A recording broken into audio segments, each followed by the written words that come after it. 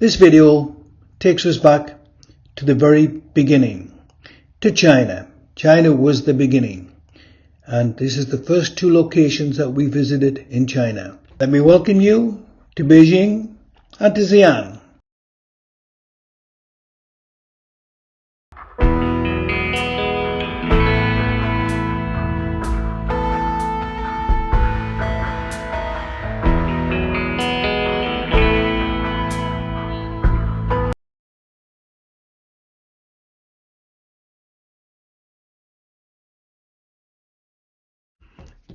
Here's a few things that we learned during our 14 years on the road. Tourists pay double. We learned how not to. We travelled through 8 regions for 14 years and we have countless memories. Home is wherever we parked our backpack. Most people think travelling costs a fortune. It turns out we discovered they are completely wrong. We did it for 14 years. On a budget, most people spend staying at home.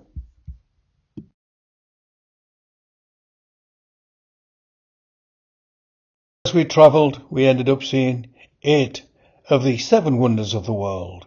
And this map shows you where they're located, and I promise you, every one of them was first class. We were asked 1,000 times which was our favourite. The next one we go to is always our favourite. Here are a few needs to know before you head to China. Before you get on a plane, the first thing you must do is have acquired an entry visa. There is no visa upon arrival in China. Use the internet to acquire your tourist visa, and it's quite simple. Number 2, exchange currency at the airport before you head into the city. Cash is often required. Another thing is maybe arrange for the hostel or the hotel to have somebody pick you up from the airport. Believe me, it saves a lot of trouble trying to negotiate with the 1,000 taxi drivers you will meet outside. Book accommodation in advance, especially in the first 3 or 4 days. Always travel with a small backpack. You don't need a lot.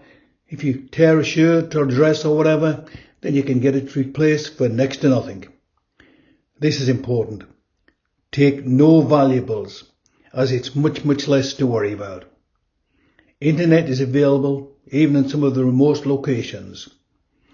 And always make sure you have your hotel card or your hotel name written in Chinese, because sometimes you'll need to pick up a taxi and it's much easier if you can show them the writing. In Chinese, English doesn't work too well. But, and this is the most important of all of them, first thing to take with you. Have you all had a guess?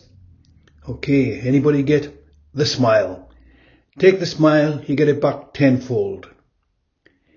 China doesn't merely feel different, it is different. And that's what's exactly fascinating about it. This map shows our initial plans, and the photographs in the little white circles, the reasons why we chose those particular cities. We were flexible, and there's a few changes as we travelled.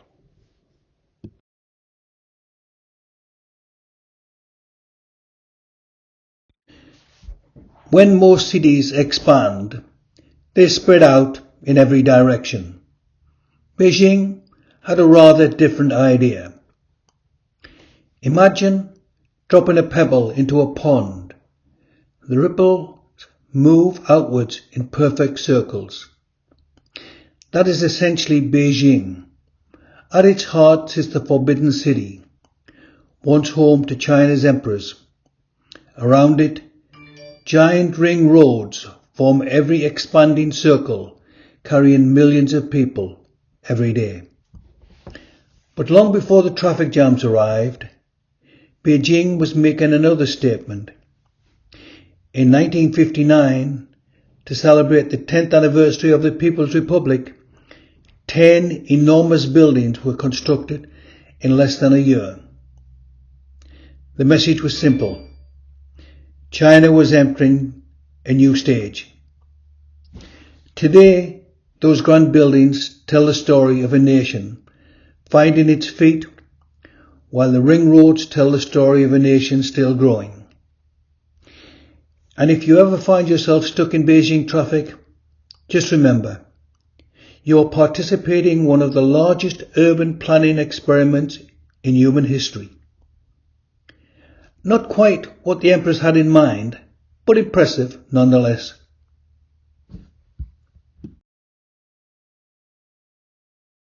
If you have extra time on your visit to Beijing, add 2 or 3 of these museums. I promise you, you'll be amazed at some of the things you'll see. Let me try to enlighten you on our journey and offer you a few tips on what to do and even sometimes what not to do, based entirely on our experiences. So 14 years ago, China was the beginning of everything. We arrived in Beijing from the USA tired, excited, and I guess slightly overwhelmed, but ready. Our first decision was a sensible one. We planned our initial 10 weeks trip carefully, and the very next day in Beijing we headed to the railway station to book tickets in advance. In most Chinese stations there is a tourist booking office. I have to tell you, they're not easy to find. Sometimes they're tucked away in the corners, but persevere. These offices often hold tickets for foreigners that have already been sold out in the standard offices. China's rail system alone is well worth the journey. I created this template to just give you some ideas of how busy Beijing main station can be. And if you go there between 2 and 6 o'clock in the evening, you could be there with 25 to 30,000 other people. Try and get train journeys earlier in the day or overnight. The advantages of using these tourist booking offices are huge. You can sit comfortably opposite the ticket clerk, discuss your entire route and adjust plans as needed. On one occasion, I booked tickets for 10 different stations in one sitting. If a particular train was full, alternatives were offered. It was efficient, flexible, and far cheaper than using a tourist agency. The first thing to do, of course, is plan your trip in advance. China, it doesn't merely feel different, it is different. That's exactly why it is fascinating. When we're travelling, we book into hostels. We always book a double room. We have no desires to sleeping with half a dozen other people in bunk beds. But the good thing about it, you meet like-minded people and you get lots of advice. It's also easy just to walk around to see all the different sightseeing places in the centre of the town. You can also visit the Great Wall of China in the centre of Beijing. But it's wall-to-wall people. I highly recommend you find a couple of day tour and go a little bit further out where you can really enjoy and experience what the Great Wall is all about. Finally, remember, always have the address of your hostel or your hotel written in Chinese. You'll find it comes in very handy on occasions. This slide shows you 4 of the main sightseeing places in Beijing. It gives you the information of times they're opening and whether you can get there by train and also the train line.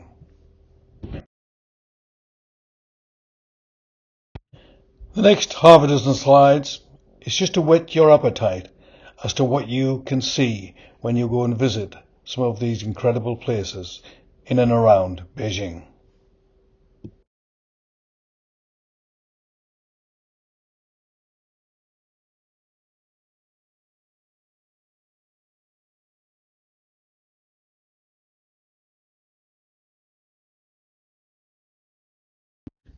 After the Summer Palace, it's a short walk to the Temple of Heaven.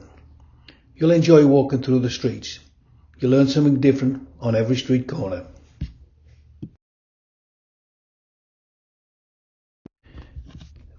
The summer palace served as an imperial garden during the Qing dynasty and was used as a summer resort for the royal family.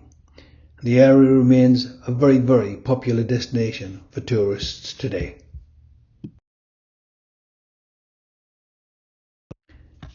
This is the Hall of Prayer for Good Harvests. It's the main building within the Temple of Heaven's complex. The purpose of the construction in 1420 during the Ming dynasty was this hall was used by emperors for annual ceremonies and also to pray to heaven for prosperous harvests. The structure features triple eave circular roofs reflecting the ancient belief that heaven is round. The building is a masterpiece of imperial architecture, notably built entirely without the use of nails. The next two slides show you the interior of the Temple of Heaven.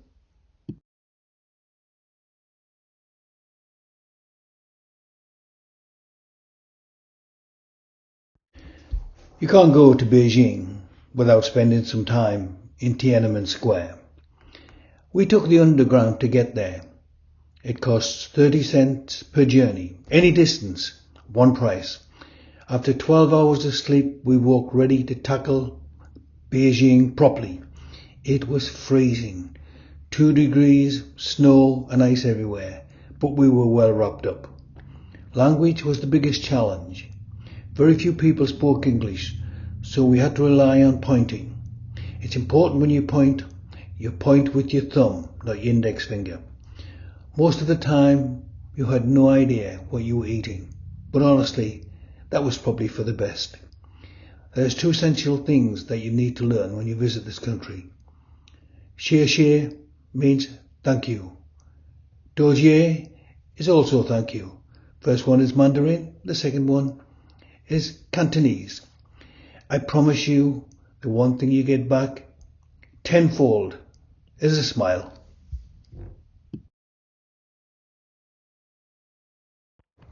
The image displayed on this slide is the monument to the people's heroes.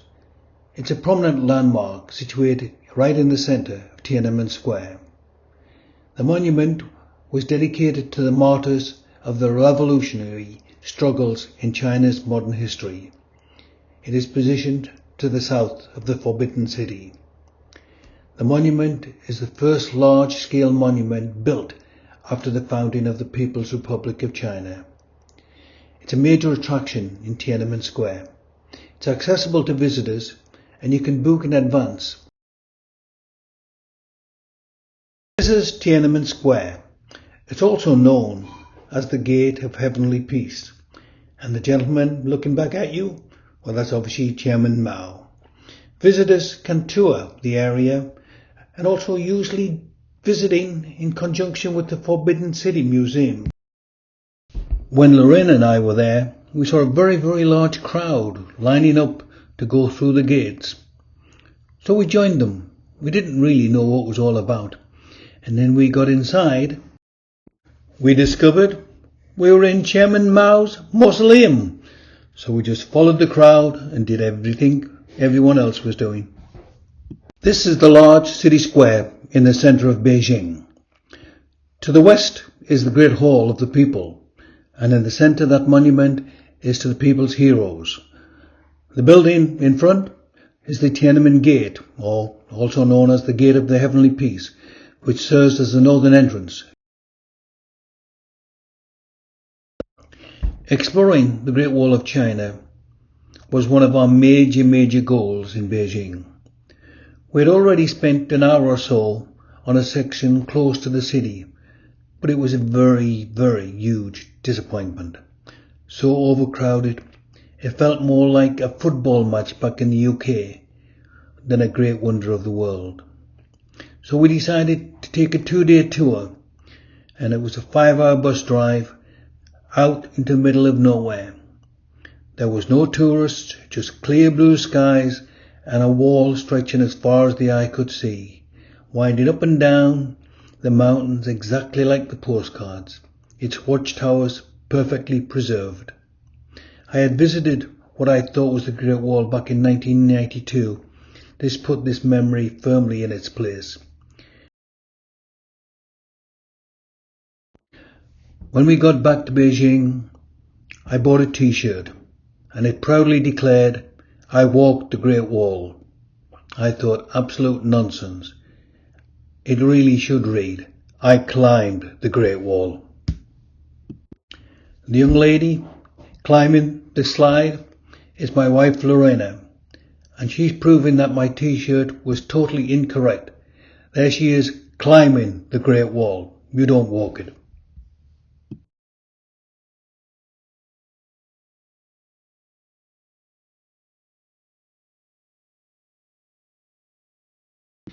The reason for the Great Wall was to stop invasions. However, in 1211 AD, Genghis Khan invaded and conquered China, so the wall really never succeeded in keeping out the barbarians. One question which I've seen is, can the Great Wall be seen from space? And the answer is no, definitely not. The length of the Great Wall has been estimated at 5,500 miles. Actually, its total length is really still unknown. This slide shows you the end.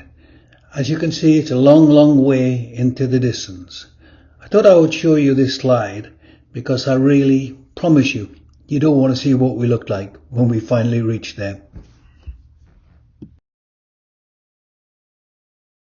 After a couple of days of recovering from the Great Wall in Beijing, we jumped on an overnight train to Xian to see the Terracotta Army.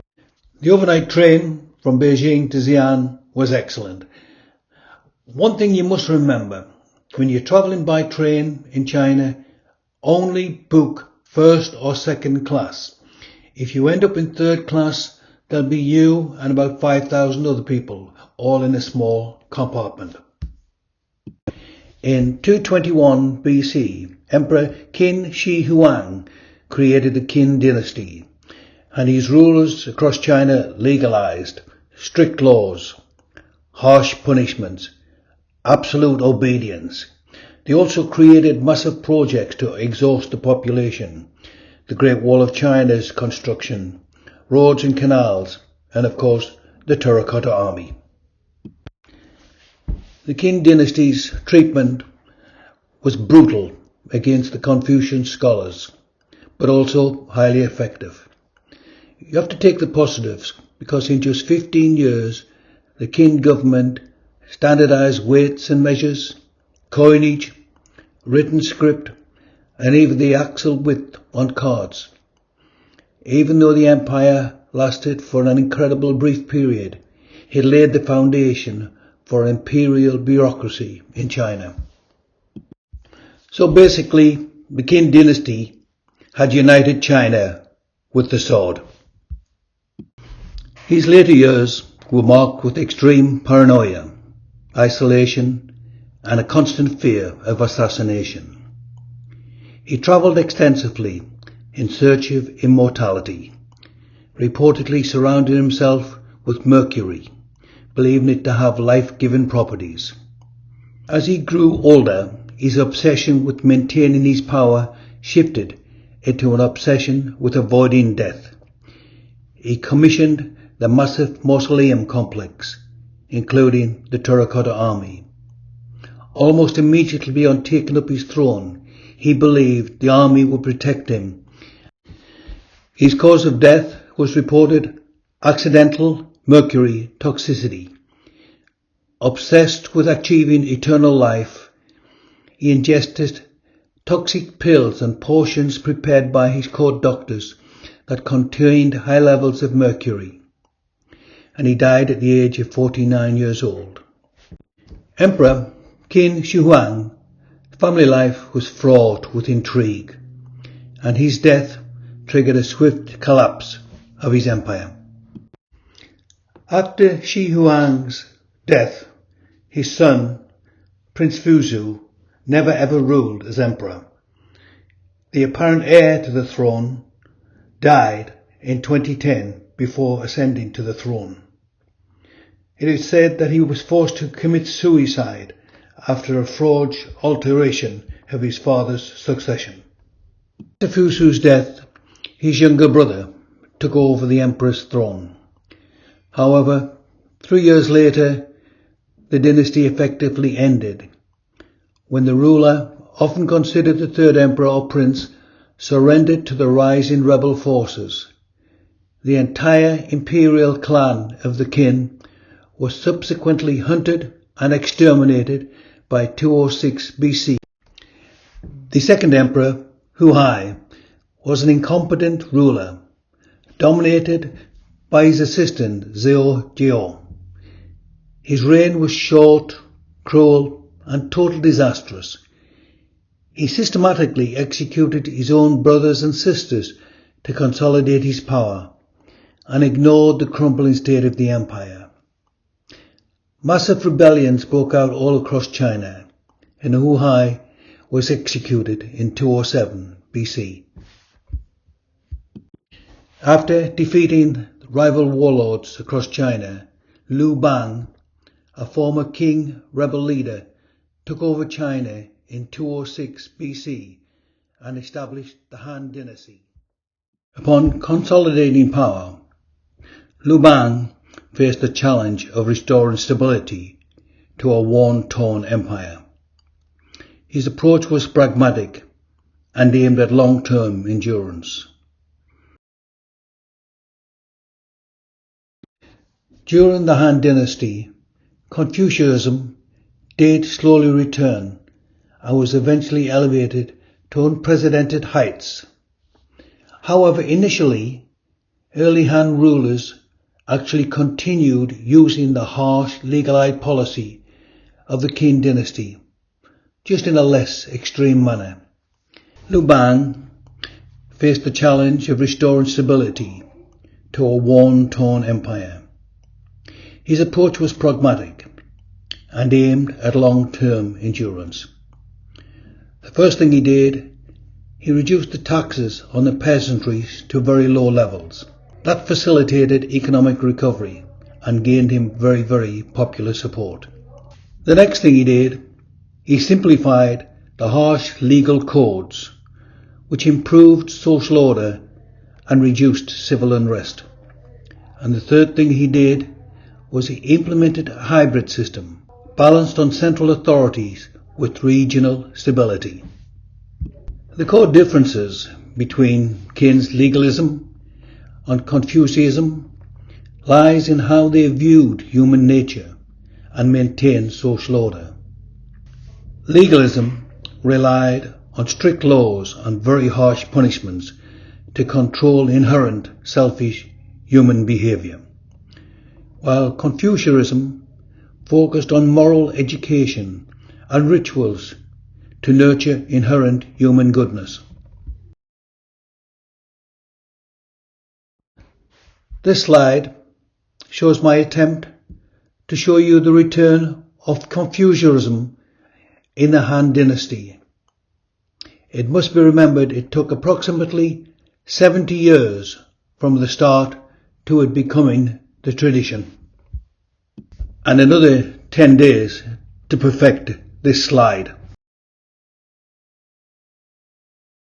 Emperor Qi Shi Huang is responsible for creating and building the Terracotta Army, and a desperate, ultimately failed search for eternal life.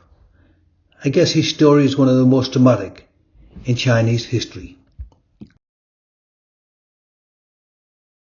So, let me welcome you to one of the most incredible places on earth, the Terracotta Army in Xian. You're about to walk through history, and believe me, history doesn't get much bigger than this. To help you make the most of your visit here, here's a plan. 5 main stops packed with amazing sights. Row after row of soldiers stretch into the distance, like a frozen army, waiting for orders. I hope you like travelling, because I'm going to take you back 2,000 years to show you what the terracotta army looked like when it was first put together.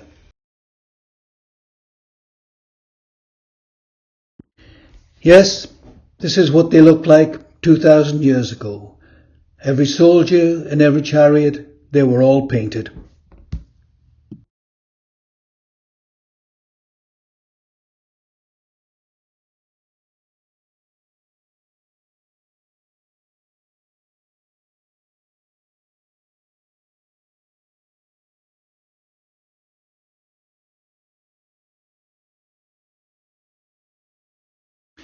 The next few slides will show you how the last 2,000 years have taken its toll on the terracotta army. And there's a few slides which show you before and after. In 1974, when they first unearthed the terracotta army, the vibrant colour flakes just peeled off in a matter of minutes. The good news is researchers now use a combination of advanced chemicals and a controlled environment to preserve the delicate paint layers.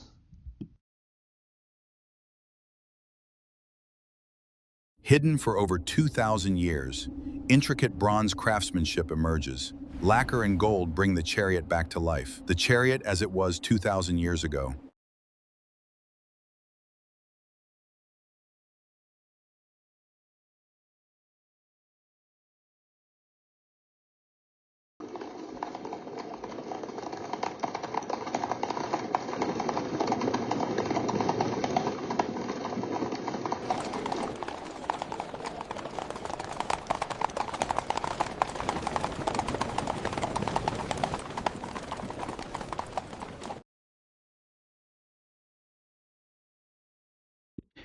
The next two slides show you the before and after.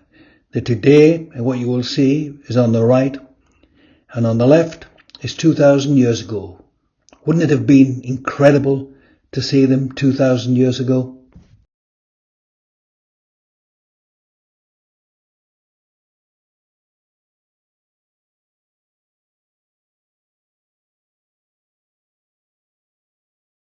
This slide shows you the current 7 wonders of the world. And the 7 wonders keep changing. You'll notice on my slide here, there is a number 8 for your proposed wonder. Please give me a comment and tell me, what is the next wonder of the world that you would like to see? I look forward to your proposal on what you would like as a wonder of the world. And also, please, feel free to comment and make suggestions on any of my videos. Thank you. Well, I hope you learned about Beijing and Xian. They are 2 incredible places to visit. The end. Travelling, the only way to live.